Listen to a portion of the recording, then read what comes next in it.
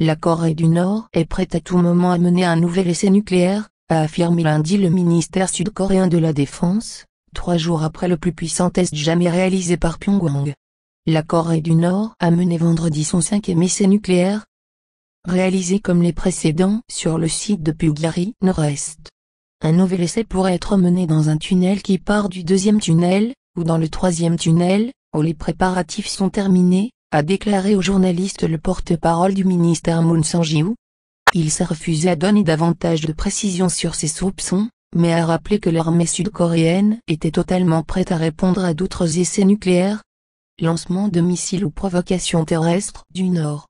Le premier essai nucléaire nord-coréen a été réalisé en 2006 dans le premier tunnel, les 4 suivants dans le 2e tunnel. Dans un communiqué présentant son 5e essai comme la réponse nécessaire à la menace nucléaire américaine, un porte-parole du ministère nord-coréen des Affaires étrangères avait annoncé dimanche que Pyongyang développerait sa dissuasion en qualité et en quantité. Pyongyang a affirmé avoir testé vendredi une tête nucléaire susceptible d'être montée sur un missile. La miniaturisation des charges est un des aspects clés de tout programme nucléaire militaire, puisque l'importance de la dissuasion tient aussi à la capacité de projection des bombes. L'énergie dégagée par le 5e essai a été estimée à 10 kilotonnes, soit près du double du test mené par Pyongyang il y a tout juste 8 mois. Les réussites miraculeuses du programme nucléaire nord-coréen signifient que le Nord a entre ses griffes les bases américaines de l'Asie-Pacifique mais aussi le continent américain.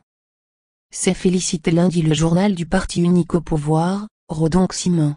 Si Washington lançait une guerre contre le Nord, Pyongyang ferait exploser la terre d'Amérique, et se faisant extirperait pour de bon les causes de la guerre sur Terre. Le Conseil de sécurité de l'ONU a décidé vendredi de s'atteler à une nouvelle résolution pour imposer de sanctions à Pyongyang. Déjà 5 salves de sanctions. La Corée du Nord, qui en théorie n'a pas le droit de développer un programme nucléaire ou balistique, a déjà subi en représailles 5 salves de sanctions mais n'a montré aucun signe de vouloir en rabattre.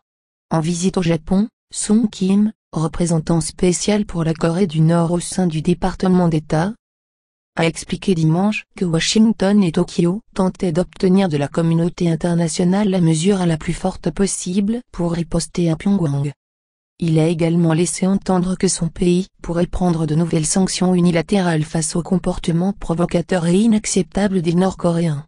Il est attendu dans la journée à Séoul et rencontrerait mardi son homologue sud-coréen Kim Hong-kyu.